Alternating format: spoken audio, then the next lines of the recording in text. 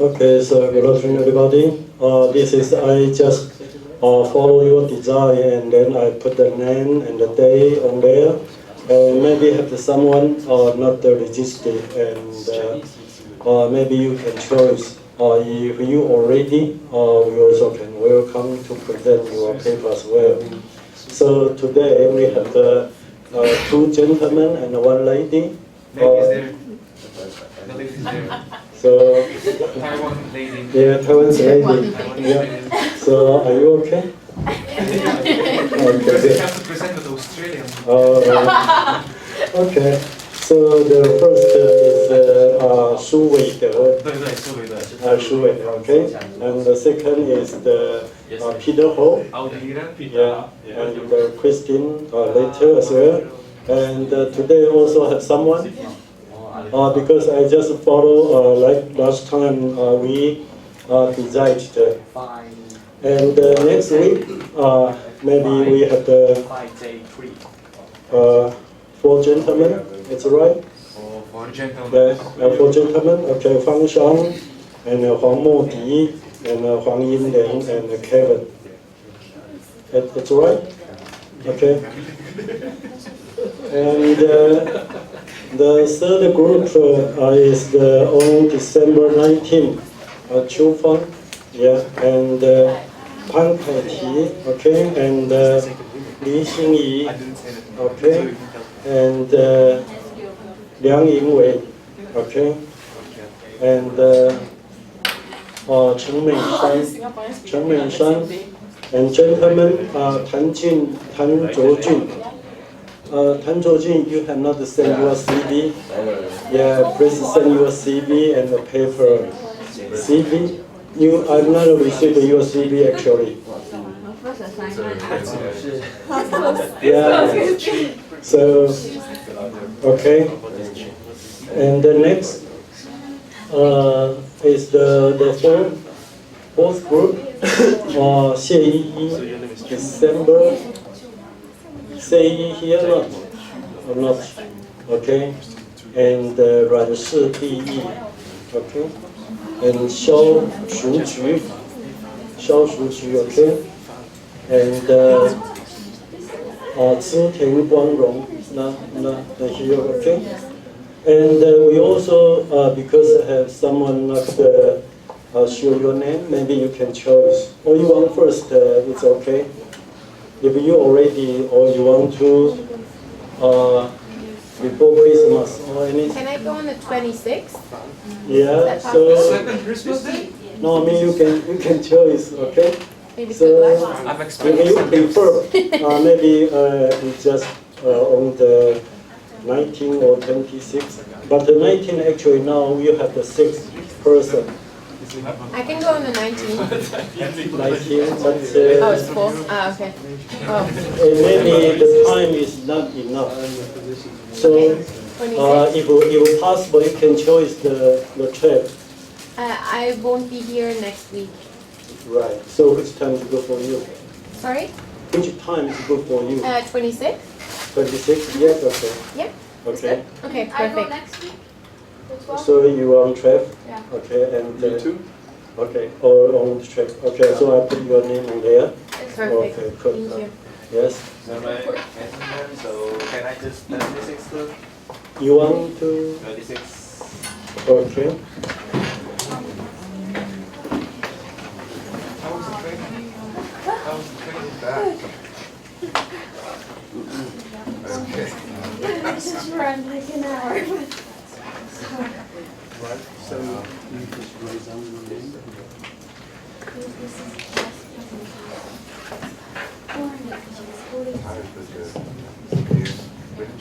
Okay, so if possible, just write down on the paper, okay? Right. And before our presentation, I would like to mention something again. First, the presenter will present their paper, and all listeners, we need to ask some questions.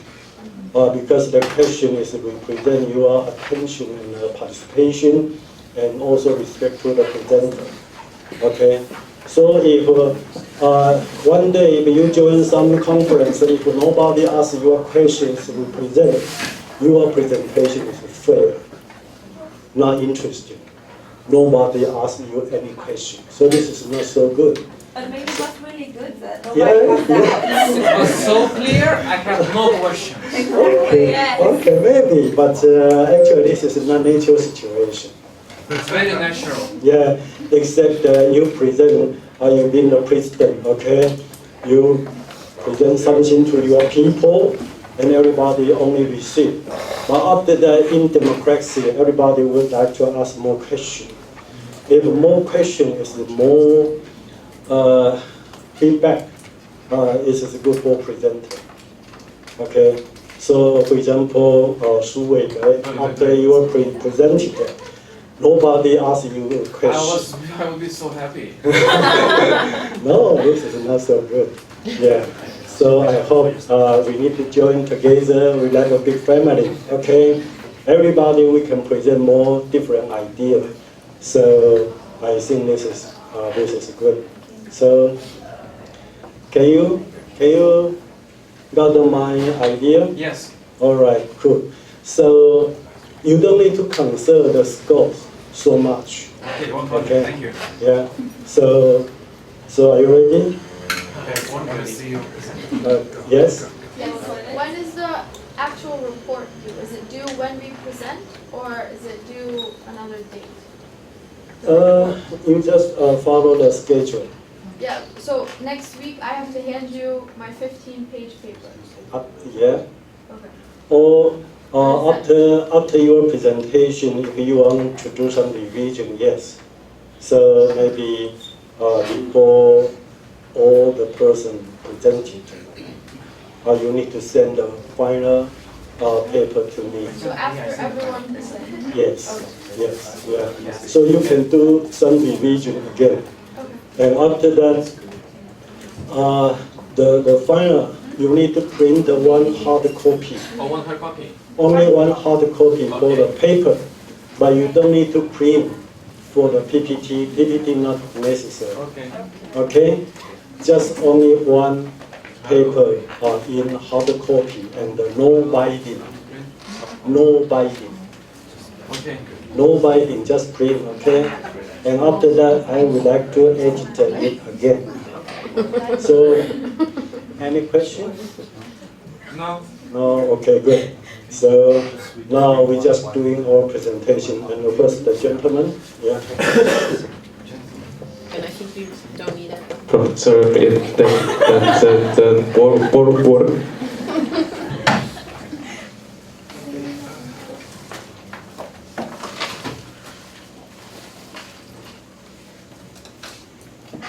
Okay, I'm gonna talk about sustainability, and then about introduction. I will talk about the sustainability situation right now in the world, and then I will talk about some problems in Taiwan that I see in my perspective. So to begin with, what is the sustainability and everything? In sustainability conference that is happening every year, they say there is like 3 vertical bottom line frameworks that it says that if the company is sustainable, then can save money and charge your brand, attract customers. And for social part, we can engage some people in the process. Professor, you want to take picture again? You going to take picture again or not? Okay, thank you. And then for environment, you reduce carbon, energy, water, and waste. So why it's important? Well, it's kinda quite obvious why it's important, because we have like right now we have only one Earth, and if something happens, we can't change. It's not like a house. If like one burned down, we can build another one. This is what's happening. We have one Earth and we have to take care of it. It's like a mother. And as you know, is the Paris Climate Agreement is happening right now because the situation of the climate right now is not really good. And they came up with some points that they have to follow. These are the main points. What I see is I think not all the countries understand the situation right now. And there's a good movie called Before the Flood.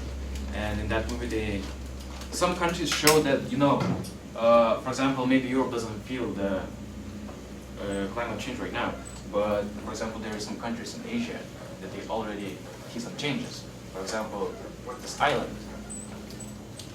if there is internet. What we are facing at the moment is severe flooding. It's gone into the freshwater ponds, and that's how people get their drinking water. Bless you. Have you spoken to people in the scientific community that have given you some sort of a time frame? Given the scenarios and the projections put forward by the science, our islands will be underwater. So the question is, what do we do about it? So exactly, what do we do? And what they come up with it is like they have the, I don't know who gave them, but like they have some extra island. So if something happens with the main island, everyone could move to another island. And the other thing is, for example, it's, for me, like, this is very interesting because some people, you know, like America, they use the power, the coal power plants, like, very easily. And when they come, for example, to India, when they have like 700 million households. About 30% of households in India are yet to have access to electricity. If you want to provide electricity to everybody, we have to ensure that our electricity is affordable. India has a vast reservoir of coal. We are probably the third or fourth largest reservoir of coal in the world. Coal is cheap. Whether you and I like it or not, coal is cheap. You have to think about this from this point of view. If you created the problem in the past, we will create it in the future. We have 700 million households who cook using biomass today. 700 million households. If those households move to coal, you have that much more use of fossil fuel. Then the entire world is fried. If anyone... This is exactly what they try to say, that if, you know, some countries decide to don't care about the policies that Paris Agreement is talking right now, like the whole world could be like on fire, and like this is it for us. And then my introduction about the world sustainability, like what can we do as a person? Well, the summary is eat less beef, and this guy Out who appealing looks very to any funny, higher he will say authority, why. such as government or whatever, I can't think of an easier out than changing your diet. You can start tonight. So you're a scientist who studies the effects of agriculture on climate, but you grew up raising cattle and taking them to slaughter, right? I'm a scientist, that's the most important. That's the most So, important. of all the reasons for tropical deforestation, the foremost is beef. And beef is one of the most inefficient uses of resources on the planet. In the US, 47% of land is used for food production. And of that, the lion's share is just to grow feed for cattle. The things that we actually eat, like fruit, vegetable, nuts, it's a percent. Most importantly, cows produce methane, and methane is a powerful greenhouse gas. The way cows produce methane is they eat as much as they can, and when they are chewing, a whole bunch of methane is burped through the mouth into the atmosphere. The atmosphere has much more CO2 in it, but methane is far more impactful. Every molecule of methane is equivalent to 23 molecules of CO2. And of the methane in the atmosphere, nearly all of it is due to livestock. In comparison to emissions from other sources, what kind of percentage are we talking about come from the consumption of beef? About 10-12% of the total US emissions is due to beef. It's staggering. But it's very easy to envision a dietary shift, even as minor as switching, let's say, from beef to an alternative, let's say even... And this is exactly what kind of a person, you know, can do if he wants to make a change, a small change. I said I will finish my introduction, but actually I want to talk about the United States.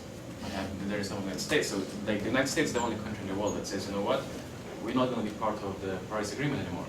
And the reason is, I think, is because like if you see who supports Donald Trump's the old company to go for presidency. It's like actually the big companies who do the like coal mine business. And for them, you know, if they be in this Paris Agreement program, they have to pay a lot of taxes. As you know, the United States right now is like the second polluter in the world. So you know, for them, they say the Paris Agreement one of the not solution.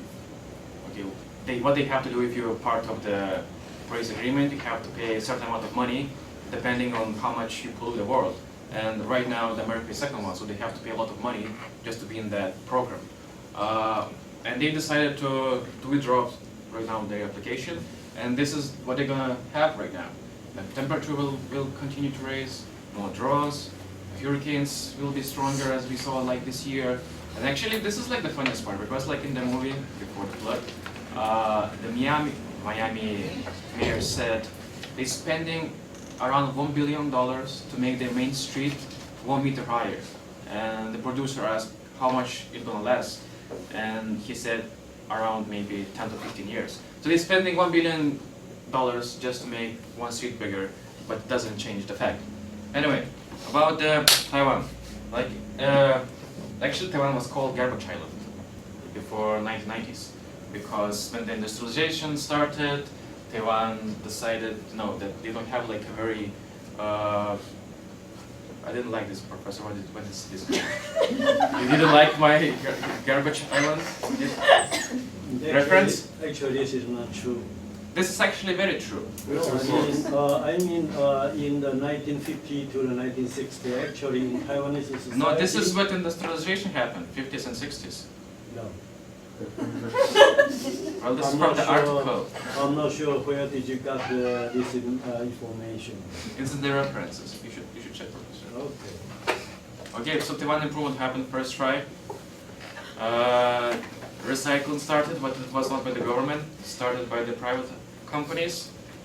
And second try. So what Taiwanese did, they divided all the trash into 8 different categories, and that every category has different protected administration. Then the administration decided to move to have one big committee that called Resources Recycling Fund Management Committee. Like all the committees in Taiwan has really long names. I don't know why. Can I just say the committee responsible for the garbage or something? Anyway, it's my opinion. This statistics, I know some people doesn't like statistics, so you can just look at the dog. In 1998, the collection rate was almost 6%, and during the 2015, the collection rate is 45%. And since I'm from Europe, I'm gonna compare this to Europe. In Europe right now, the average collection rate is around 65%. Of course, I think since there's 8 categories, in some categories they've been doing great, in other not so great. But What is correct rate? correct rate, Yeah. For Why- what? collection rate, like normal, like world's average around 50-55, European 65. So it depends whether you want to look at Americans 50, European 65. So they're getting closer. What I'm trying to say, that they're improving and they're getting better. And this is, again, not pictures. This is how much one person weighs during the day. Like in 1998, there was like 1 kilogram and something, and right now they only waste 400 grams. But the problem for me is like during the statistic is like this is the real life. This is like I don't trust this is statistics, because like for me to come to university is like 1 minute, maybe 2 minutes, and I always see this pail of garbages, and you're trying to say that one person wastes 400 grams. And this pail's like coming and going and sometimes staying for a very long time. So you know, sometimes I feel that the statistics comes maybe from the big cities and the city centers, but not from like the rural areas like Shalu or like other like further away. My suggestions is of course put some more trash bins, because this is the huge problem, you know. Especially like at me, like I have the responsibility because I came to this country and I know that I'm a guest. So you know, even if we have trash, I'm not gonna leave it and like just go. But some Taiwanese doesn't have responsibility; they just leave their drinks or whatever they want to do. It's like, and usually when you just pass some some bus stations and everything, they pail of trashes. And sometimes I catch myself, if I buy something in night market, I bring all the garbage to my home because I cannot find any garbage bins. So I don't think is it really good or bad idea. Oh, of course, that's a suggestion. You can always train your animals and make them collect your trashes for you. And it's innovative in the 21st century. Everyone has a dog. You have so many stray dogs. You can make them collect some plastic bottles. Okay, another problem for me, as you can see, this is my country and this is Taiwan. And you can tell maybe probably if you ever checked the pollution sites. This is how it looks right now. This was live data last week by Professor Deng King, so it's last week data, sorry. The pollution is getting worse and worse in Taiwan. And there is some opinions that power plant companies waste all the pollution during the evening time, nighttime. So if you check during the nighttime, pollution, especially in Taichung, is unhealthy. During the daytime it's high, but during the nighttime is super bad. But like as you can see, like the difference is like, for me it's like this is why they choose a topic, because for me it's like garbage in the drain is no problem.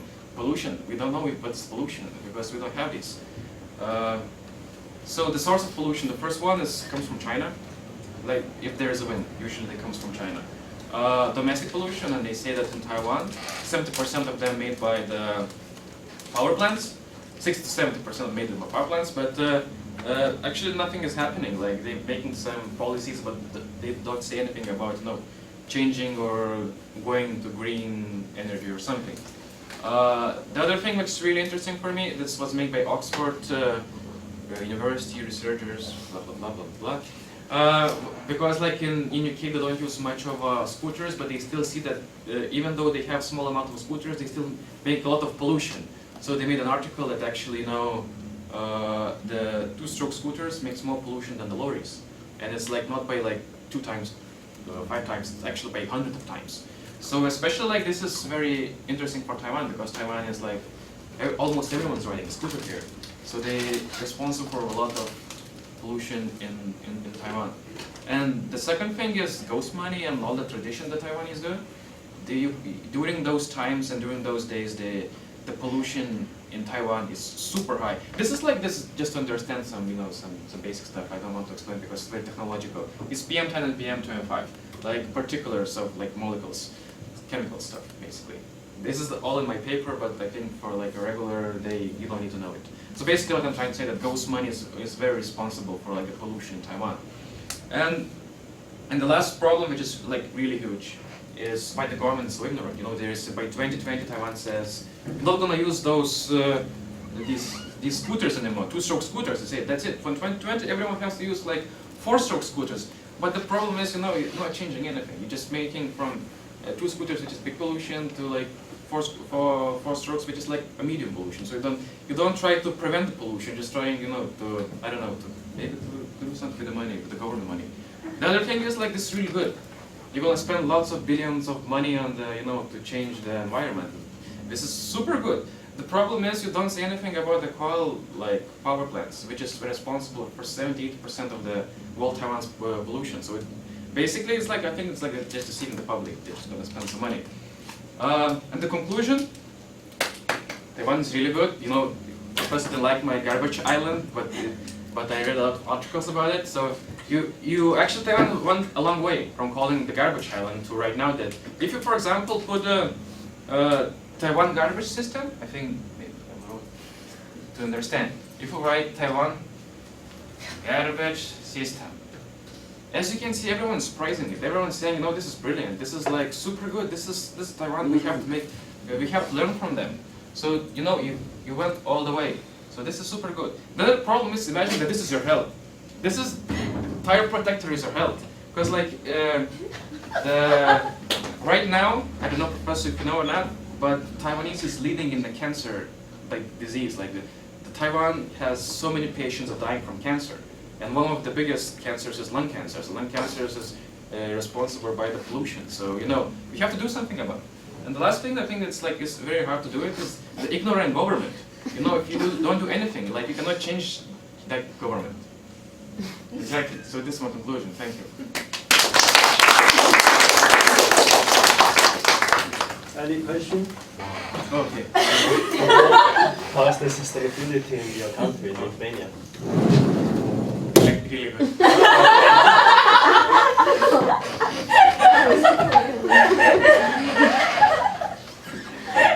Another one? saying it's good, but how is it different? Does the government?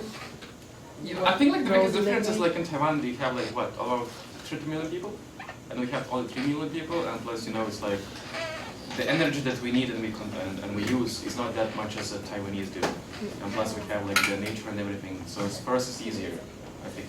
Okay.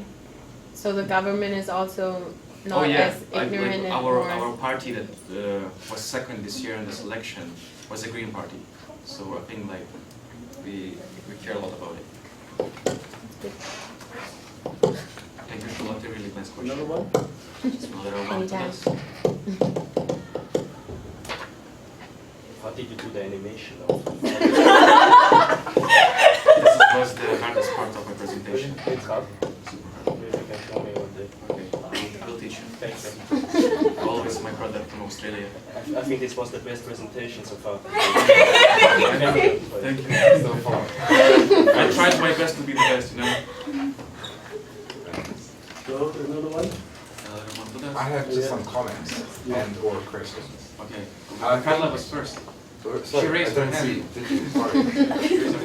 You can go first. Have you seen the rechargeable scooters? Oh yeah, I know. They're trying it to implement. The problem thing is that why it's probably not worth that much. Is very expensive, like the Gogoro. Yes, but the government does give a subsidy to Taiwanese, so it makes it 30,000 cheaper. Foreigners don't get the subsidy. Oh, Yeah. that's so sad. There's a tax. But you can ask your Taiwanese friend to buy the Gogoro. Say what? Yeah, but I think it's really good. If they totally change to electric scooters and everything, it was So really the nice. comments I wanted to say was the lung cancer is high, but also because smoking is very high. Yeah, that's true. How many people have you seen smoking? You look everywhere and there's someone smoking. Yeah, but I don't look at people. You should be more observant. Yeah, but at the same time, from smoking, like if you check the data, every year it's abnormal numbers. It's like this year it's 12%. Like it's not normal to have it just from smoking 12%. Like there's other countries who smoke a lot, like Indonesia smoke a lot.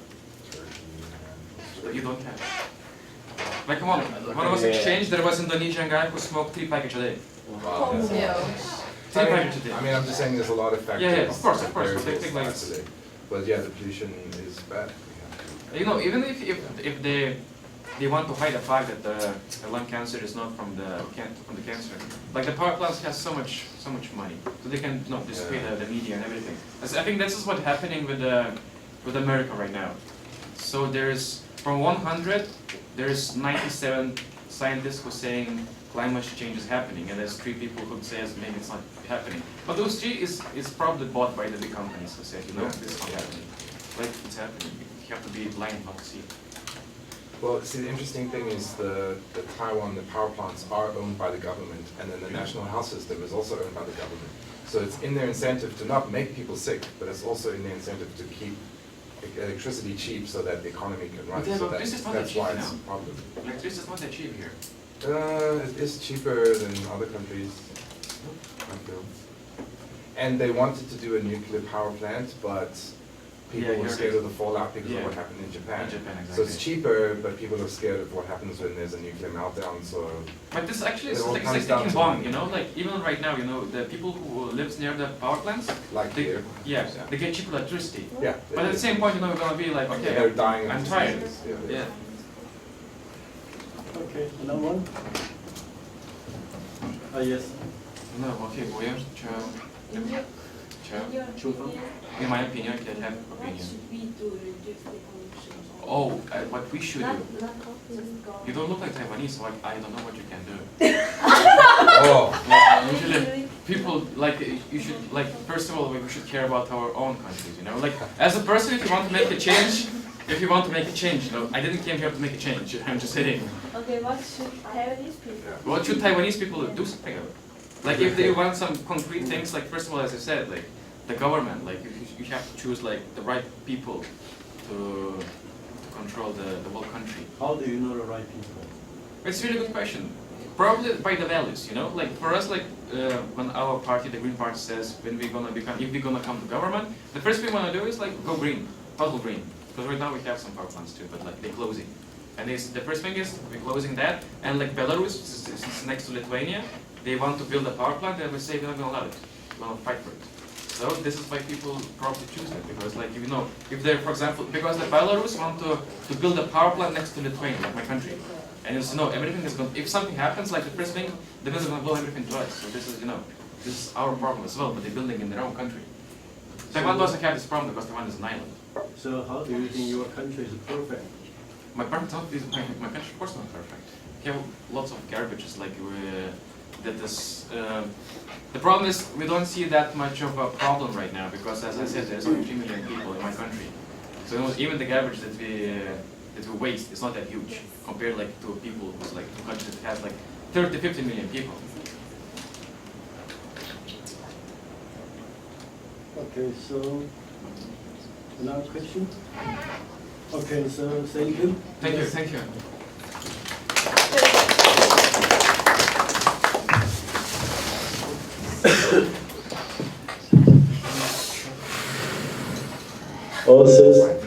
Thanks to the gentleman he present, actually he also pay attention about the Taiwanese society. And I would like to talk in philosophy. Long time ago, had the two, one is Buddha, one is the Sudongpo. One day he would like to make an argument for each other. He said, what's this? Snowman? I mean, the Buddha. He sit like this one. And Sudongpo, he just said, how do you think I look the Buddha or not?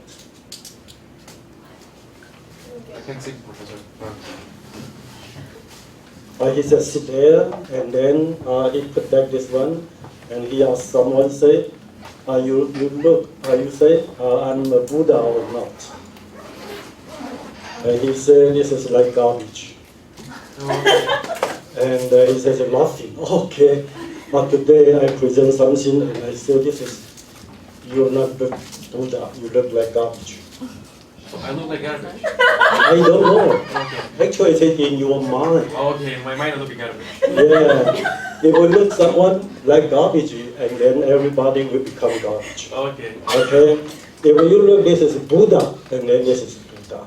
Okay. Actually, it's depending on your mind. Okay? So, do you know the story? Yes. 听懂. Yes. Oh. So what he's saying is that Okay, thank you. No.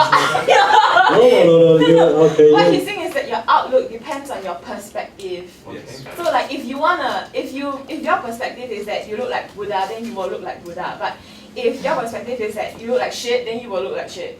Get it? Yeah, but this is what he said. No, I just remind you, you cannot say this is garbage item. No, this is not my words, Professor. This is from the article. No, I have not found your article actually. So you can show me where is garbage item. Give us the source. Okay.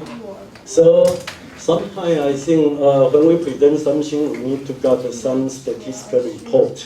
Where did you get the resource? Okay, and the source is right or not? Okay. Sometimes we need to present. It's not only in the mind, okay? So in particular for the social science, it's not to say this is correct or not, okay?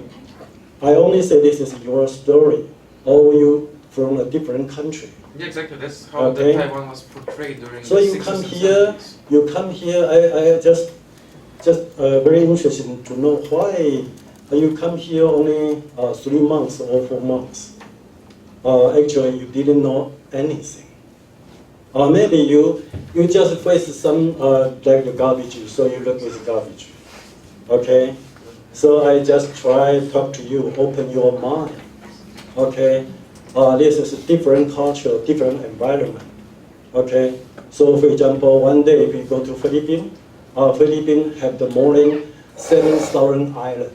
Actually, you did not check each island what's different. Okay? I only say you was born in a rich country, you was born in a rich family, it's your lucky. But if you just check some poor country or poor society, you cannot say, oh, all garbage. I remember I was studying in the UK, and we joined a commendation with some Chinese student.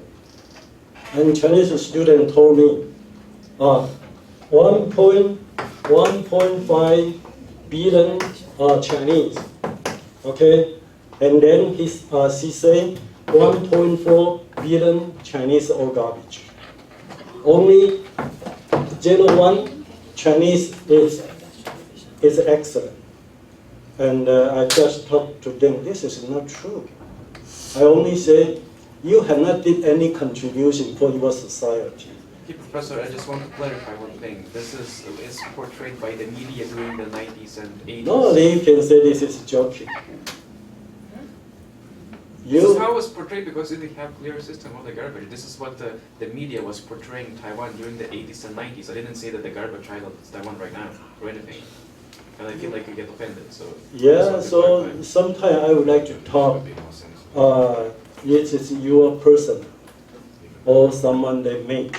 This is not normal situation or general situation. You cannot only provide like the joking or anything. Actually, I just talk. It's not easy for the Taiwanese story. Okay, so I just talk to you. Actually, from 1950s to the 1960s, actually Taiwanese is agricultural society. And after the Second World War, everything was very, very poor. We need to reconstruct all the society. It is not easy. Okay, you cannot say, oh no, I step here 2016 and I look at this poor society, all garbage. No, everything we need to step by step try to do some development. Okay, so now you mentioned as a good topic is about economic development and the environment. Which one is more important? We need to choose. Some countries they consider economic development first, so they conserve the environment. So they only make more money, but they let the whole environment become poor situation. So I mentioned before, the gross national product always equal to gross national pollution. So and after that, how to make a good judge? Maybe in a European country, they conserve environment better than economic development.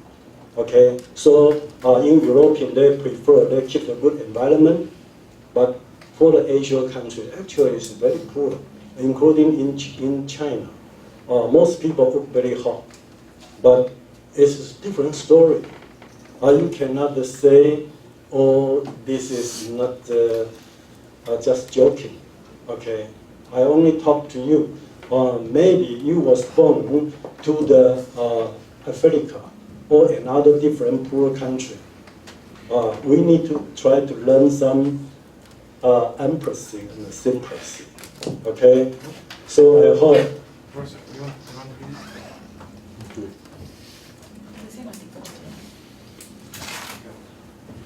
I know, but this is only one opinion.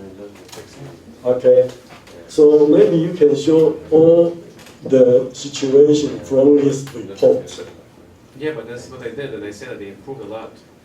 So, yeah, so we cannot say, oh, this is the, sometimes some person present some idea, maybe just joking, or they just try to extend their emotion.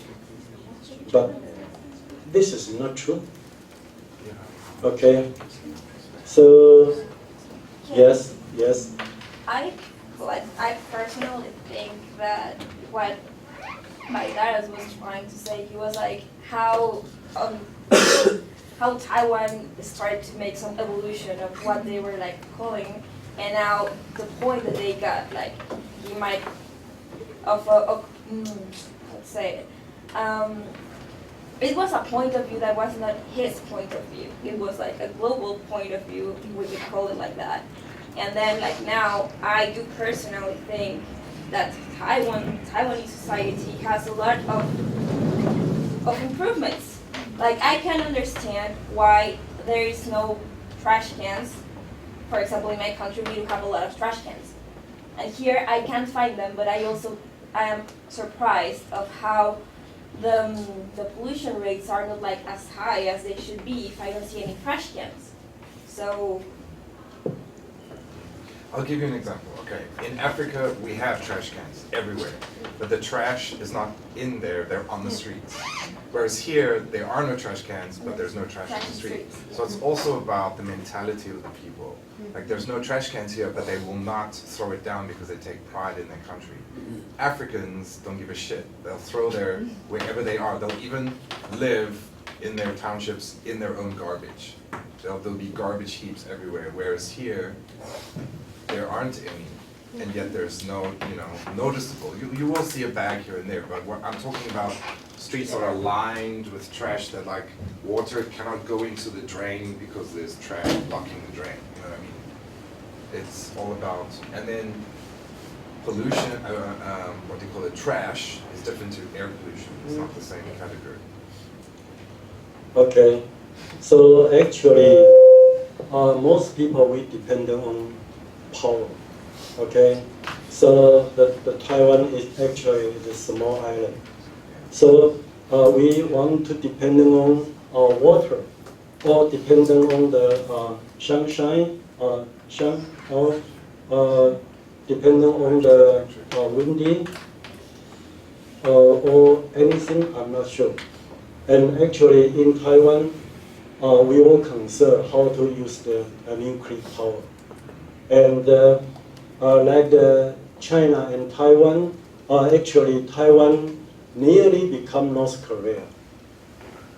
Do you know why? Actually, the two presidents, Jiang Jingguo, the second one, Jiang Kai-shek, his son, and Jiang Jingguo. Actually, in 1980, he controlled all the power in Taiwan. Actually, he designed in Taiwan, we want to construct 20 nuclear power. In particular, we want to defense with China. Like the South Korea, okay? Now, South Korea, they already know how to make the nuclear power. So, sometimes they become crazy. They are not concerned another country. So, the Taiwanese story actually similar with the North Korea. Because in particular, China very big one, Taiwan very small, and how to become balanced. So we just concern if China attend Taiwan, then Taiwan will reject and attend Peking or Nanking or Shanghai again. And now Taiwan we already have the power, but after that the government just changed the policy. So the nuclear power we made the first, the second, and the third, and the fourth. Actually, we already completed the fourth. But now, the ruling party, they just consider it's very dangerous. So it's not necessary. So they just drop the fourth one. But this is the first and the second all become old. And the third all are nearly retired. This is all retired, okay? And so now the government just very confused. Shall we do the nuclear power open again or not? Okay? So now this is the big trouble. So and after that they just use the Taichung, the fire plant, so make a lot of pollution. Okay? So I just talked to you, actually, if we follow the Jiang Jingguo, his idea, we already have the 20. And then we have the big power, we can make a lot of nuclear power bomb, can reject to China. But after that, we consider China and Taiwan, we all Chinese. Why we need to fight each other? So, like the story. So here, we just talk, because Taiwan, we also prefer a beautiful island. The Taiwan is an island, but the Taiwan, the story very comprehensive. Just a small island. How to reject to China? In the entire world, every country all want to make a good friend with China. Why Taiwan we don't like? Because we just worry the democracy will become to the communism. So we don't like the communism, the situation. So I just talk the comprehensive story. You cannot only make a joking, say something, or this is garbage or anything. I think the Taiwan, I hope maybe you can stay longer, and then you can try to know more about the story. Okay, so I don't know actually everybody you can present anything. We are welcome, but for my personal responsibility, I need to talk some story for you. If you can accept it, it's fine. If you don't like it, it's fine. Actually, we only have a good opportunity. We can get together and then we can discuss some different story. Okay, so yeah, and I only hope you present something. This is your observation. Okay, it's fine. But I hope you can provide more proof. You need to provide. You need to try to find some data. You cannot only speaking or maybe joking. You need to support the data. Where did you get the data? From the World Bank or from the entire world? Any surveyor? Okay, not only you. For your individual, it's very dangerous. So we need to try to do more research. Okay. So I only talk to you. This is only for your mind. This is not useful. Okay. For example, you say I'm very handsome, I'm very happy. It's not deeper. Okay. So for the social science, you need to try to get more data, try to prove your idea. In particular, for empirical study.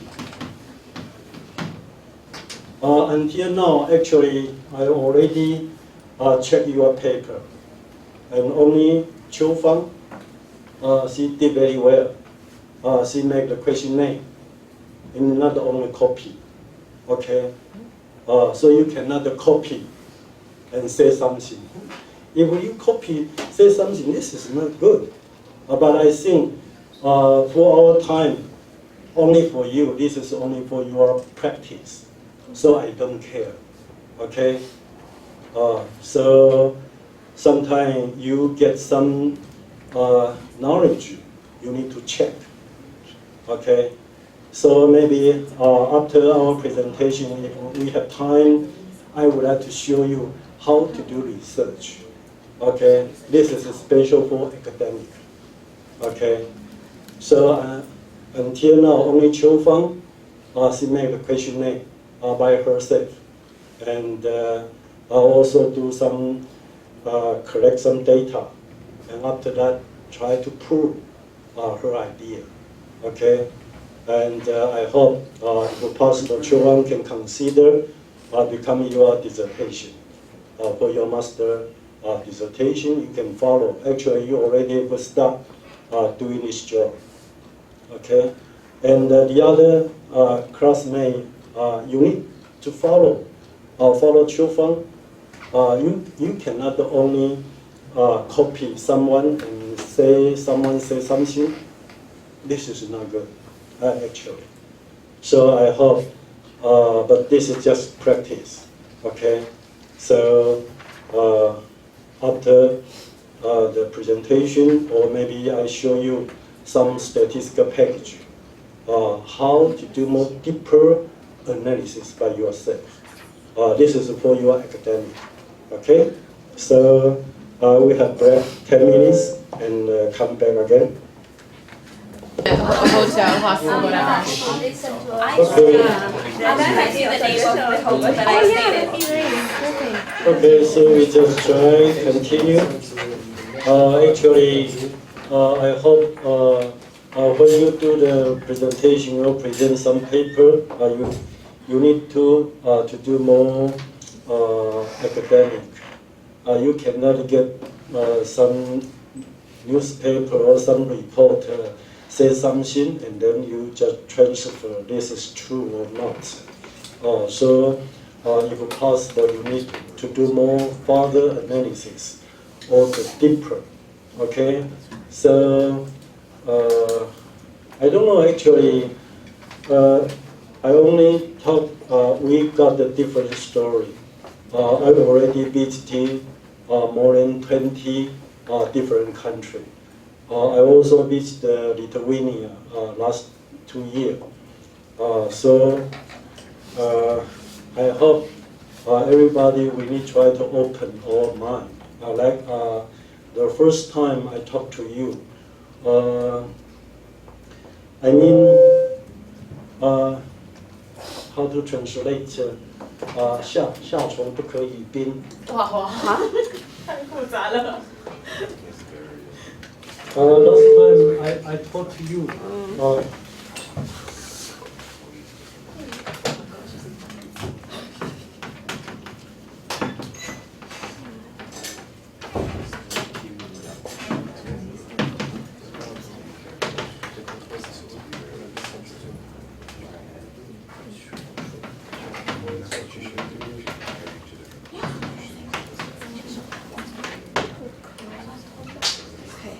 I mean, in the Chinese philosophy, I would like to talk if the insect in the summer, we cannot talk about the ice because this animal he didn't find any about the ice.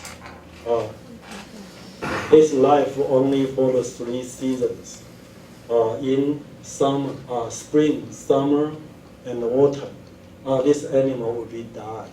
So he never found about the ice in the winter. Okay, so sometimes you cannot say, for example, did you see ghost? Someone find ghost? Physically saw a ghost, or there's a movie called Ghost. No, really. Have you seen a ghost? Have I seen a ghost? I've seen someone being like exorcised by a priest. Oh. Does that count as a ghost? It was really Yeah. Someone see ghost? so I guess yes. You found? Or like a Yes. ghost? I haven't seen them, but I believe in them. Yes, yeah, exactly. So, or do you know about the ant? Ants. Are you talking about the Yeah. the Right. Because he's feeling only, he's feeling only for the 2 dimension. Dimension. What, like ant and insect? Dimension. No. It's right. S-I, not T, just read. D. D-I-M-E-N-S-I-O-N.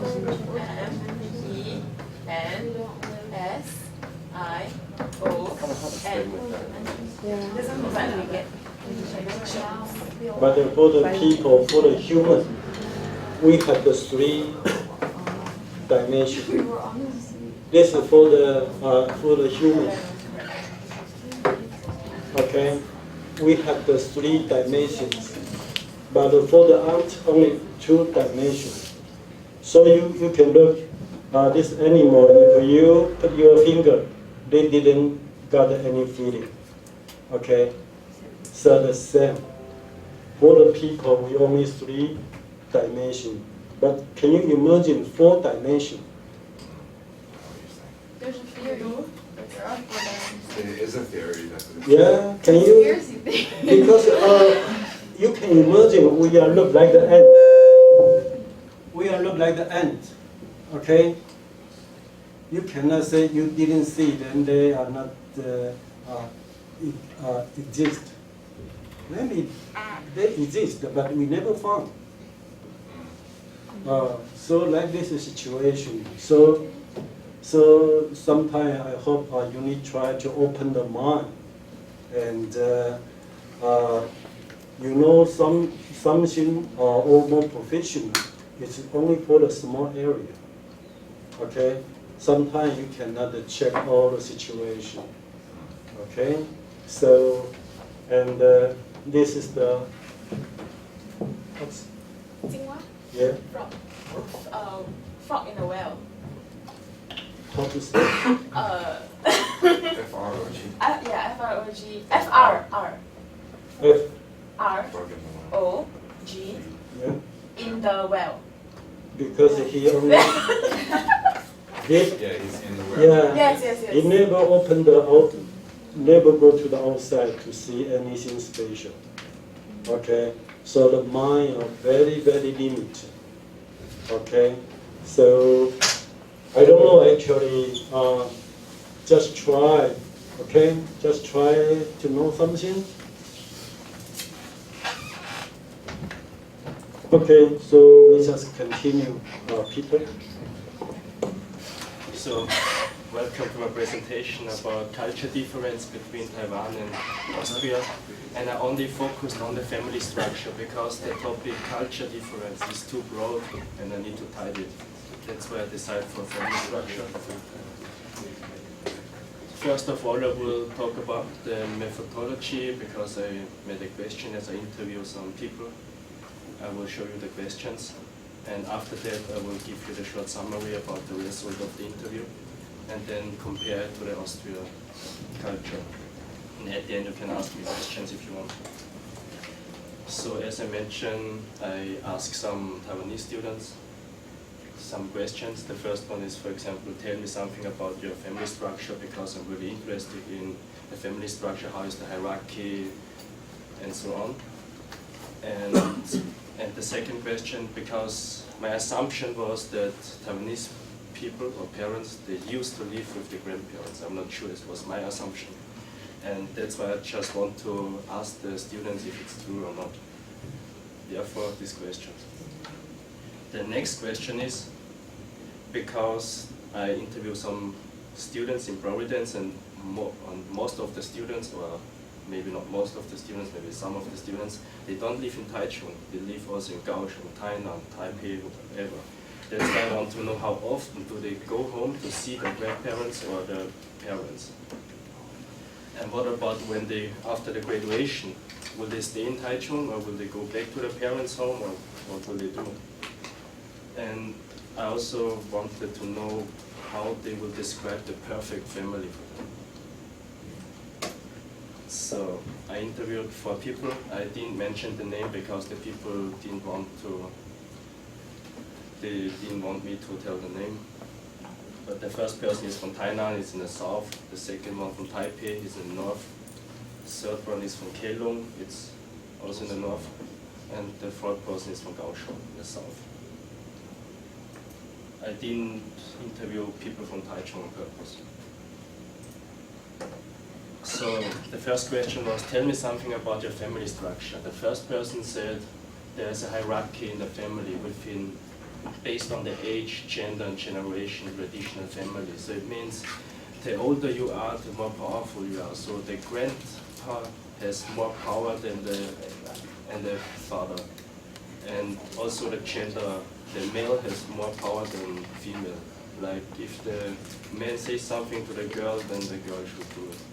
Like the grandpa says something to the son should do it. And this person also mentioned that the mother of this person has to do the whole homework, the housework, like cleaning the floor, clean the dishes, cooking, or whatever.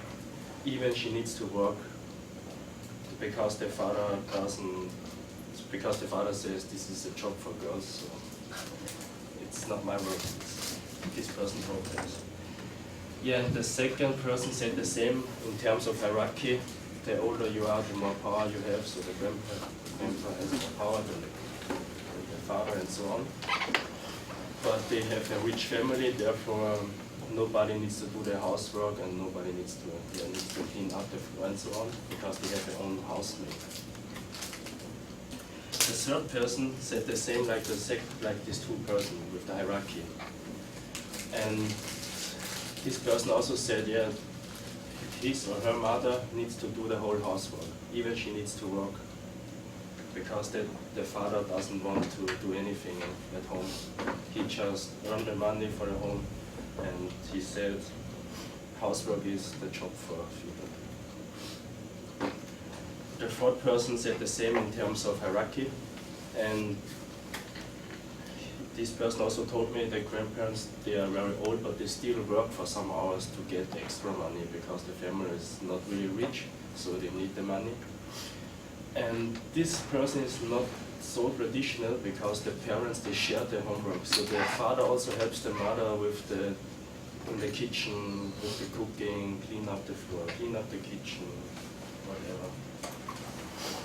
Yeah, the next question is, do your parents live with your grandparents? The first person said yes, but only this father's side. I don't know why only the father's side, because the second person told me exactly the same. Why not the mother's side? I don't know. Maybe the professor knows. I don't know. Yeah, the third person said the grandparents, they don't live together with their parents, but really very close, maybe just 2 houses next to it, so they can see them every day. And the third person said exactly the same like the first and the second person. The grandparents live with the parents, but only the father's side. Again, I don't know why. I also asked them why. They also don't know. So I cannot tell you. Sorry. So I will talk to you later. Okay. So how often do you see your grandparents or your parents? Because they study in Taichung, and the family is in Taichung or Kaohsiung or wherever. And most of the people, they just say during the vacation, because they said they need to study and so much, and they don't have so much money. That's why they just go home, like Christmas, birthday party, Dragon Festival. And the second person, he will go home once a week, once a month. And then I asked this person, how often do you see your grandparents? Because the grandparents, they don't live together with the parents, this family. That's why I asked them, and they said only vacation, like Christmas, spring vacation, festival, and so on. Yeah, the third person said the same, only vacation. And the fourth person said only during Chinese New Year, because this is the most important event in Taiwan for this person. That's why he just go home in during this New Year, Chinese New Year. Yeah, and the next question is, will you go back to your parents' home after your university degree? And they said, most of them, they said no, because the parents are too strict. They feel like they have no freedom at home. Because if you live at home and you will go out, then the parents will ask you, where are you going, with whom, what are you doing, and when will you come home, like this stuff. Yeah, and the second person said similar stuff. Yeah, the third person wants to live with the parents. Why not? And the fourth person said the same, like parents, they are too strict, no freedom, no life. Yeah, how do you describe your perfect family? The first person said the husband should help the housewife, not like his or her parents, because he or she said it's unfair that only the woman needs to do the work. And the parents should not force the children to do anything. Like in Taiwan, most of the parents, they told me this, that the parents force the children to go to the university and want the children to be a doctor or a lawyer or a businessman. Even they don't want, the parents want, so they need to do it. Yeah, the second person said the same, parents should not force the children to do anything. They should decide by their own. If they want to be a teacher, then they should be a teacher. If they want to be a hairdresser, they should be a hairdresser. Yeah, and the husband should have a lot of money. The third person said the housewife should be independent. So she should own their own money. Don't always ask the man for the money if she wants to go shopping or something. And his housewife should also help his mother at home. So it means they plan to live together with the parents, and the housewife should help the mother with the kitchen stuff. Yeah, the fourth person said again, parents should not force their children to do anything, give them more freedom. And parents should not find a wife for the son, because in his case, his parents wants to find a wife for him, and he doesn't like it, and that's why he said he would never do it with his children. And he also said wife should do the homework at the hospital, because his father said the same, so he just followed his father. Yeah, to sum up, in terms of hierarchy within family, all of the students agree there's a hierarchy within the family. The older you are, the more powerful you are, the more power you have. And if you are male, your male has more power than female. And housework, 50% of them, they said the mother needs to do the housework, even she needs to work, and just 25% have a housemaid, and 25% of the parents, they share their housework, husband and housewife. Yeah, 75% of the people said they don't want to live together with, 75% of the parents, they live together with the grandparents, but only the father side. And 75% of the students, they just see their family maybe only on vacation, like Moon Festival, Chinese New Year, and so on. And will you go back to your parents' home after university degree? 75% of the students say no, because they are too strict. This is the main reason why they don't want to go back to their family. They are too strict. Yeah, and the most important value for these people, parents should not force the children to do anything. They should give them more freedom. The children should decide by their own. Yeah, what's the difference to Austria? In Austria we have less or almost no hierarchy structure in the family. So if the grandpa says something to the grandson probably would not care. Or if the male says something to the female, like do the kitchen stuff, wife, and then the wife would probably say, go do it by yourself. And if the grandparents want to see their own grandchildren, they need to call the parents first and ask them if the grandchild is available and if the time is suitable for them. And if the parents say no, it's not suitable, and the grandparents still knocked at the door, then it was probably the last time where they can see the grandchildren. Because it's very unpolite if you just came without the appointment. Yeah, and after the age of 18, most of the Austrians, they used to live alone, so they move out from their parents' home to start their own life with their own flat. Yeah, and many people in Austria don't have a university degree, they only have an apprenticeship. I think Taiwan, there's no apprenticeship in Taiwan. Apprenticeship, that's a good question, thank you. Apprenticeship, this is like a working education. So if you are 16, you can decide if you go to high school or do like this apprenticeship, this working education. If you decide for the apprenticeship, you need to find a company, so you need to work in this company maybe for 3 years or something. The company will teach you. It doesn't, I don't know, you can be, for example, a hairdresser or electrical man or whatever. And this education will take you 3 years, and after 3 years you will get a big exam, and then if you pass the exam, you graduate and you are a real electrician. Then you get more money.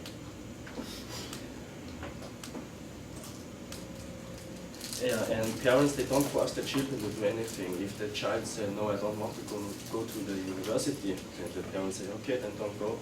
And if the child says, I want to smoke with 16, then the parents will say, okay, then smoke with 16, but not earlier. Yeah, they are more open-minded, the parents. And the husband, they often helps the housewife with the housework. They like cooking together, washing up, because the husband, they don't want the housewife to get angry. Nobody wants them to get angry.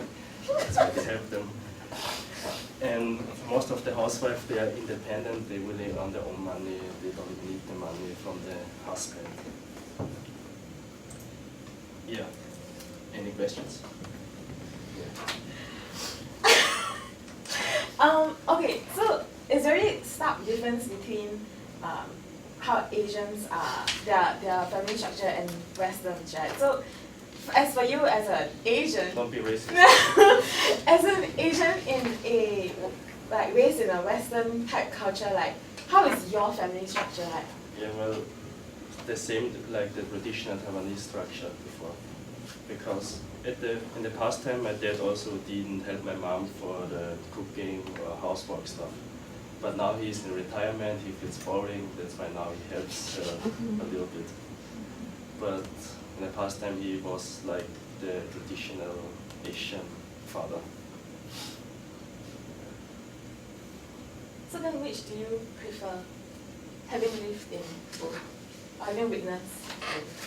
What do I prefer? Yeah. To live where? No, like culture? which culture? Which culture? I think the Western culture is fair, because why should the women do the housework? The men can also do it. I think they should share it, because they live together, so they should share it. Okay, another one?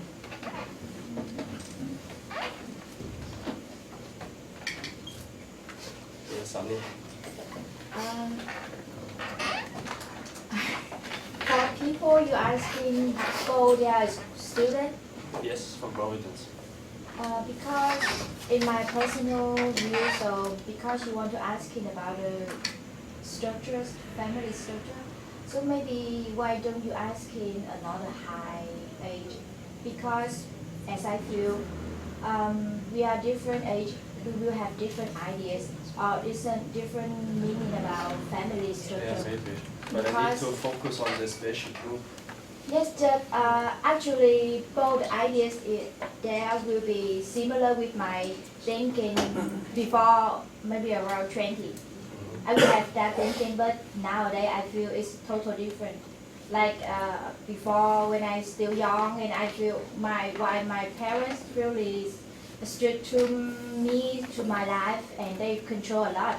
But now I can understand why they do that. Yeah, because they want the best for you. That's why.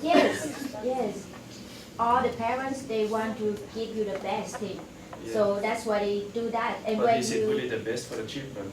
If the child, for example, doesn't want to be a doctor, is this really the best choice for him to be the doctor? Should he really? That's the same thing that I have. Because when you see a doctor in Asia, you don't know if that doctor really wanted to be a doctor. I don't want to see a doctor who didn't want to be a doctor. Yeah. Because he's not going to do his job well. He's not going to care about his job. Yeah, he should like. So I always ask a doctor when I see them, I'm like, did you choose to be this or did you do that? I honestly do that. If they say, my parents, I was like, okay, bye. No, why? Why would you let someone operate on your body who doesn't care about what they're doing? It doesn't make any sense. Sad, actually. It's very sad. We have to do something you don't want to do for the rest of your life just because you have to lose your hair. Yeah. Okay, so question? You have a question? No question. Another one? I'm serious. That's my wife is a patient.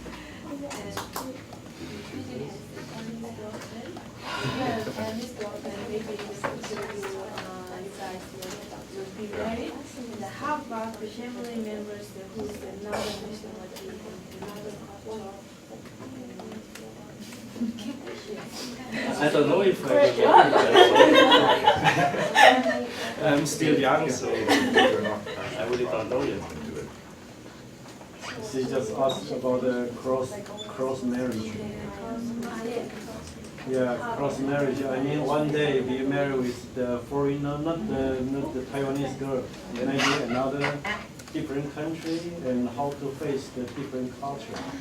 Of course, I will get to know the culture well, so that I know how they react and how the culture works. So your idea is more flexible. Yeah. You can face. Yeah. Okay, cool. Okay, So, actually, you present a good paper, a good idea, and if possible, you can try to find more different variables, because you do the quality analysis. Yeah, and you all need to do the interview for the whole person. Okay, so you design for the age, gender, but you're not concerned about the education, attainment, or work experience, or members, or you already designed, but you can extend, try to find more variable. I think it's more interesting, particularly for the family function. You can design some, for example, you mentioned why always the father's side, okay? Because this is the surname. In the Chinese the society, we have 100 surname. One day if you marry, okay, have the children. The children only follow father's side. We don't follow the mother. So we only follow the father's surname. So all the the right only depend on the father's side. So the father's side, you can get the more benefit. For example, if their grandparents die, we can continue to receive their wealth, only father. Okay. For example, if the girl married, she had the 2 brothers and 2 sisters, and the sister they need to give up their right. They are nothing, because the parent only transfer the wealth to the son. So in the tradition, we have 3 follow. I mentioned before. I mean, the girl before marriage, they must follow her father's idea. The father say, "Oh, you marry someone, then she must follow. No choice." The second, when they marry, they must follow husband, their idea. Although husband is stupid, she also need to follow. And the third one, if a husband die, she must follow her son. So actually, this is very traditional for the gender discrimination.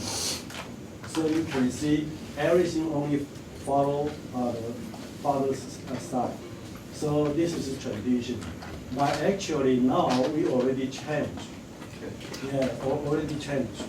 For the young generation, we're not concerned this situation so much.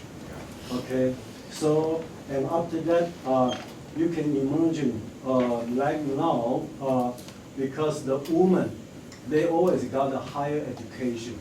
So the women, the labor force participation rate become increased because the women got a better education and better job, and after that, everything will change. So now, who need to do the housework? For example, when I go back, most of the housework I did, not my wife. Okay, so because we just consider how to love each other, we need to support for each other. So we cannot only depend on, oh, this is whose job. No, actually we also prefer to do more cooperation, support for each other. So maybe the situation. And other, you also can mention how about the big family and the nuclear family. Actually, in Taiwanese society, all the big family all become decreased. Now, most family all become to nuclear family. So only the parent and the children, just very simple. So actually, you also can find our traditional social valuation change. So here, we need, the government needs to provide more subsidy for the elderly, because the elderly become very, very poor. So maybe this situation is quite similar with the European country. So European country, you need to pay a lot of contribution for the elderly, for the social welfare and the social security as well. Yeah, but yeah, you mentioned a good idea, good topic, and thank you for your presentation.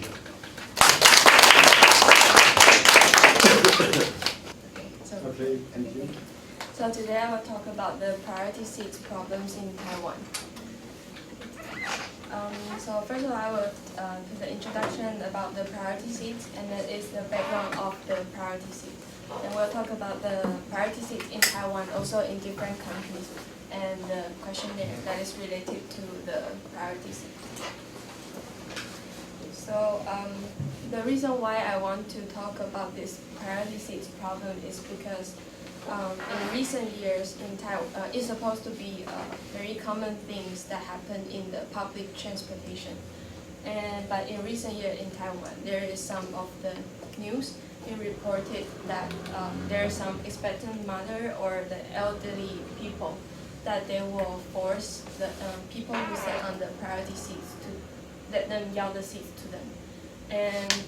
But the thing is that we didn't know if that priority seat, the people who sit on the priority seat, they actually has the invisible disabilities, or they are not feeling well, so they sit on it. And I would like to talk about this case. This is the one of the university students. He has the eyesight issues, so he couldn't really see things in front. And then he was assigned by the security to sit on the priority seat. But then there's a woman, the elderly woman, coming up to him and ask him to give up the seat for her, and telling him that he's not being very thoughtful, that he sees a woman in here, but he didn't stand up and give the seats to her. And this student just told the woman that he has an eyesight issue, but then this woman is being very rude, waving her hand in front of his face, to make sure that he really couldn't see. And you can see in the picture that he's using the phone, maybe to listen to some of the voice. And then that woman just said that if you can use the phone, why you cannot see? So you are being lying that you cannot see and using the priority seat. So this student has been just couldn't fight for the issue, and then he just stand up and give the seats to the woman. So after this kind of this news, they started to make the controversy topics to people that is priority seat to sit or not to sit. So I would in the Chinese cultural, we have a saying is that community is a virtue. So if you could yell the seats to the others, it would be very nice, and being the kind of morality and doing the kindness and empathy to the others. But I think it's that sometimes this kind of culture could influence the people to being justice. But when the justice goes in the wrong way, it will create in Taiwan we call it the social justice warrior. It's like sometimes they look at the picture and they will make the justice or any argument just by looking at one picture, and they'll say, oh, this person did it wrong, but without knowing what is behind the scene. And so I would like to know if Taiwanese people really know what the meaning of the priority seat, if they understand the usage of the use of the priority seat. Is it only for the elderly people, or the expectant mother, children, or people with disabilities only? How about if the people that has the disability but we just couldn't observe by our eyes? And there is actually a drawing that is being very sarcastic about the Taipei, to describe how it's separated into, this is Taipei MRT, they separate into dark blue and the light blue color. The dark blue is the priority seats, and the light blue is the normal seats for people. So it means like in the light blue, it will say, okay, if you sit on these seats, you'll be relieved and sleep until day breaks. It doesn't happen anything. But if you sit on the dark blue, you will be the sinner. Because even though it didn't look wrong, you are good at everything, but we couldn't observe. But there will still be some people talking about, see, that person is looking well, but why he's sitting on the priority seat. So people are very afraid about the discussion and opinion from the public. So the background of the priority seat is basically invented in the Northern Europe. So it's start with a barrier-free environment. So it's the created to be like effortless environment for people to go into the room. And the priority seat is come from this kind of idea. So it's slowly being into the transportation, and in the transportation it will have the sign of please offer your seat to anyone in need. And it is to raise the people's attention and to care about the others around you. And this is the priority seats in Taiwan. Then, yeah, this is the Taipei MRT, the dark blue and the light blue color. And this red one is on the public transportation. And the laws that they say how to set up a priority seat is to, you have to have the sign of the priority seat, and then you have to be set up near the doors so that it's easy to access. And then the floor to the entrance should be flat with no obstacle. And in the near the priority seat, it should have the emergency alarm and the service bell that the people who sit on the priority seat could be easily to reach. And this is the Taiwan's priority seat sign. So basically it says that the priority seat is for the elder, the expectant mother, and the people with disability, and the passenger who has their infant or children. And there's related policies for people, because some people who sit on the priority seat, or just to, they want them to yield the seat to the others, so they create a kind of badge, like a sticker or a badge for the expectant mother, that they could take it from the hospital and or like the MRT station, for that one. So when people see that they have this kind of badge, they can know that, oh, this is the expectant mother, because sometimes if they are only a few months, like that you couldn't really see that if they are pregnant or not. So they can use that to recognize. And the sticker for the below this one is also the MRT. It's like the new cultural, and it's called the new cultural, also the heart. And it says that by yielding the seat. And this sticker is also for the elder people who can take it, so that people, when they see they have this sticker, they can be recognized that they might need the priority seat. And this is the also I want to know about from different countries what priority seats, or what they look about, what they think about the priority seats. So this is in Japan. They have one more category that is different from Taiwan. I think this one is the disability invisible. So I think it's quite good because, yeah. And their priority seats are painted by pink. And the next one is Korea. In Korea, they have more age. They look more seriously in the age problem. So they really have to respect the elder people. And this is the news that there's an older man that he's like kicking the person who sits on the priority seat because that person is not yielding the seats to him. But for this example, we can see that if he can do this kind of action, he really needs the priority seat. Or maybe the person who sits on the priority seat is really not feeling well. That's why he didn't yield the seat. But in Korea, even though you're not sitting on the priority seat, if you see that there's elder people who come up to the bus or something, you have to yield the seats to them. Otherwise, you'll have the great chance to get blamed that you didn't provide the seats to them. And there's an interesting thing in Korea is that they invent a kind of a light. So they give the expectant mother a Bluetooth device. So when this device go near to that pink button, it will light up. And so people who sit on the priority seat, that they will know, oh, this one is like the expectant mother, and they can give them the seat if they need. And it could avoid the embarrassment of having the expectant mother to ask people to maybe yield the seats to them.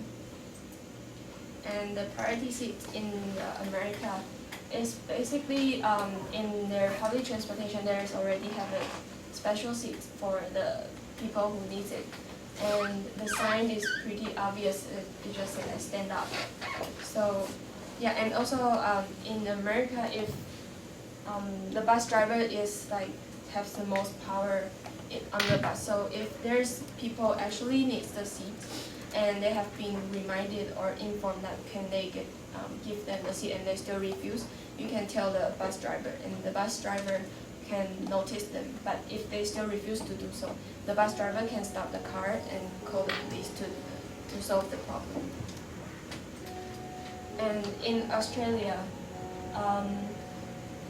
although we know that the priority seats didn't really have a regular laws to restrict people to yield the seats, but in Australia, if there is somebody who needs a seat and asks for it and you didn't do it, you can get a penalty by it. I think it's about 147 Australian dollars of the penalty.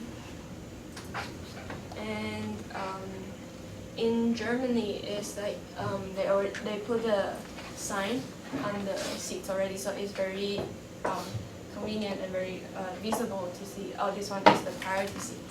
Yeah, and I think due to my own experience in Germany, I think the public transportation, especially the bus, what I like is when they have elderly people going on to the bus, or there has the mother with the baby, they will lower down the bus so that they can go on the bus very easily, which I think Taiwan could also maybe do it. Yeah. And this one is very interesting in Thailand, because when I was on the MRT or BTS, I see there's a special sign of the yellow one, which is for mom, because the sign is like it's also the same for Taiwan, but the one that is different is the mom. In Thailand, there's like 95% of the Buddhists, so they pay really high respect to the Buddhists. So when also the girl cannot touch the monk. So when you see the monk going on the transportation, the girls have to keep away from them and do not touch the monk. And the people who sit on the seat, no matter they're on the priority seats or not, they will yield the seats to the monk to pay their respect. And this is the questionnaire that I would like to talk about, which is being like Taiwanese people. I want to know like Taiwanese people's thoughts about the priority seats. So the questionnaire is like most of the answer is answered by the children between 12 to 18, because this is the most controversy ages, because they think that they're still young and they should provide the seats or anything. And so for the question is that have you ever yelled the seats to the others? And 92% of the people, they said yes, they have been yelling seats to the others. So they will go to the question 2. What is the reason that they would like to yell the seats? So there is a high percentage of people thinks that because they know that there's somebody needs a seat, so I just yell the seats to them. And although we have got 70% of it, but there is still 20% of it thinks that due to the public opinion and pressure, I should yell the seats to the others. Otherwise, I will get opposed or being argued on the bus or something, being judged. And the person who said that no, they never yelled the seats, they asked the question about why they don't want to yell the seat. There's a high percentage of people thinking that it's none of their business and their responsibility. And the second high is the one that said because that is their right to sit on the seats. And the third one would be because the other people will yell the seats to them, so I don't have to give up the seat. And the next one coming up is that there's a situation about the buses full of people, and if there's a spectrum mother coming up, and there's a young man sitting on the priority seats, if you are the passenger, what would you choose to do? So there is 75% thinks that is none of their responsibility, so I cannot do anything. Then the second one is that, I'm sorry, no, so 75% is that the young man maybe he needs the seat. And then there is 12% of people think that that is none of my responsibility, so I cannot do anything. And there is still an amount of people who thinks that I will just take a picture. So and post it online. So this is what happened when the Taiwanese people, they don't speak up instead of just taking a picture and post it online and then people judge, which is they don't really know what is behind the scene, which could cause a really big problem. And next one will be, have you ever seen the bus with 4 passengers but nobody sit on the priority seat? And most of them think that yes, they have been seeing it very often because they choose not to sit even if they really need to sit on the seat because they are afraid of people talking on them, like talking behind their back or just giving them judgment. And then it's like, do you think that only elder people or people with disabilities and expectant mothers and the children could take the priority seats? This question will be testing about the people on the knowledge of the priority seat, and most of them said that no, they think that it's not only for them, it's for the person who is in need. So it's quite good. And if there's a controversy topic about if Taiwan, if it is good to get rid of the priority seats one day, because since priority seats have been such a problem, so maybe they should just take it, just take it off and no priority seats anymore. And then there's 54% of people think that, yeah, it's fine. I think Taiwanese people are nice, so when they see there's somebody who needs a seat, they can just yell the seat, no problem. But there's still almost half of the people think that it's not a good idea because they're afraid of people who are afraid to speak up, and they will lose their right to have the seat. And the conclusion for the priority seat is that it's like the Korean population are in Taiwan. We also have the people also getting older and older, and we have less younger generation. So in the future, maybe there will be of course there will be more elder people than the younger people. So should we set up more priority seats for them, or we have to realize that the priority seat is for people who is in need? And this is the commercial of the public campaign from the Korea. It says that the slogan said, "Look out for your neighbor before you go off to see the world." So it's like, yeah, to care about the others, no matter they are elderly or not. You have to try your best to observe the people who is in need of the seat and do your best. And this is the Taiwan population. Yeah, and I think to change the situation about the questionnaire that we just have, that there is still some amount of people think that is none of their responsibility to give up their seats. So if we could promote it more, like in our society, or the children get educated by when they went to school or even in their family. I think that when they are young, we told them the right concept and the use of the priority seats. I believe that in the future, no matter we have the priority seats or not, they could always help the others. Thank you. Okay, so any question?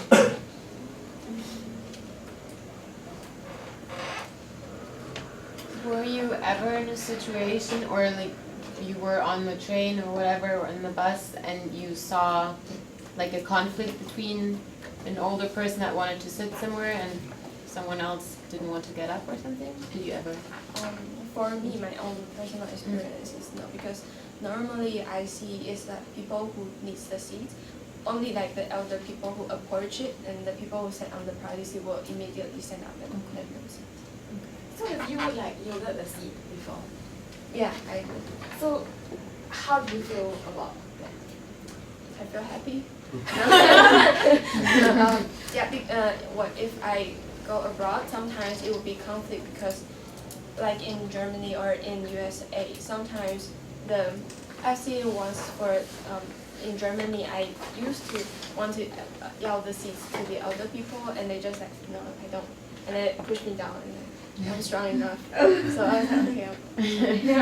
So yeah, I feel like sometimes they might feel offensive. It's like you think I'm old, you need to take care of me, so you give the seats to me, but I'm still strong. So it's pretty. Sometimes I wonder if I have to do that while I was at work. Do you feel like the priority seats have caused an issue of the people with, especially the older generation, to feel self-entitled to the seat? Sorry? No, because do you feel like, because it's sort of like right to give up the seats to the elderly, right? So then do you think that it causes an issue where the elderly feel like, oh, that seat belongs to me? Yeah. You know what I mean? Does it cause, do you feel like it causes that issue? Yeah, it is. That's why it has the news being reported that there's always some elder people, even though they're still healthy or something, they still think that you have to stand because I'm elder. That's why. So if you feel like it has caused the issue of this self-entitlement, are you more towards the side of priority seats should be continued or it should be abolished? I still stand on the side that the priority seat should be reserved because there is still in Taiwan, there's still people are afraid to speak up, to give their opinion, or when they really need anything, they're afraid of the public pressure, and it might be a little bit embarrassing to ask people to stand up. So for those who the small amount of people who are afraid of asking, I think that that is necessary to reserve the priority seats. In Taipei, there are a lot of areas that there are more old people than the younger people. And there was one time that I was really tired, and then the old woman, she offered me the seat. So so I think the Taiwanese, it's not all the time that the old people are very entitled to the seats. There's a lot of Taiwanese old people who also based on the needs of the people, and they also look at the situation. That's what I think about. It's slowly being changing after this kind of problem has been appeared and reported on the news. Because I feel like we are facing an aging population, so do you feel like the current seats are enough, or should there be more? I think right now is enough. Yeah, because I think although we are having like a older age, but because our hospitality and it's like also improving, so people can live longer and healthier. So that's what, in my opinion. So yeah, I think for now it's. Okay, so another one? No? Okay, so thank you so much. Thank you.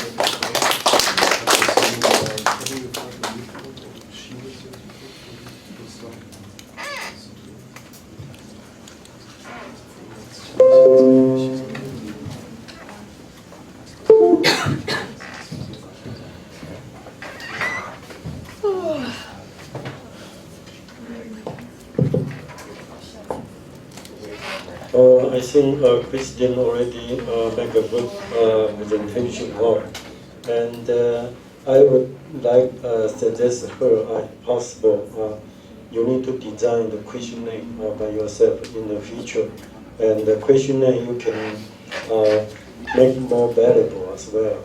I mean, you need to consider, for example, you can provide some basic information like the age, gender, education, attainment, or the religion, or the income or earning, or experience. You can try to consider some basic information, or you also can mention some sociology or economic space. So if we can do that, then I think this issue will become more interesting or more useful. And you also try to write down or mention some special mark. But if the paper in English, you need to change. You cannot find another different language. So just try. I'm not sure, maybe in a special mark, it's difficult to change, but you need to try to do some change, or maybe it's good for to be published. Okay, so but I think you already did very good job. So if possible, you want to drop your dissertation in the future, you can consider more valuable as well. Okay, so today we have the 3 presenters present the paper, and the next week we have the 7. So have the 7 person. So we need to go faster. Okay, so after that, maybe for the purpose of the presentation, I think maximum 20 minutes. Also, you need to control your timetable. Okay, so the maximum 20 minutes. Okay, so because we have the 7 person to present for the next week, and after all the presentation, please send your submit the paper and the PPT to me by email. Okay, but the print only for paper. You don't need to print for PPT. So can you get my idea? Yeah, and hard copy, no binding, just print. Okay, and everybody, you can get the good scores for this course as well. Okay, so today we just stop here. All right.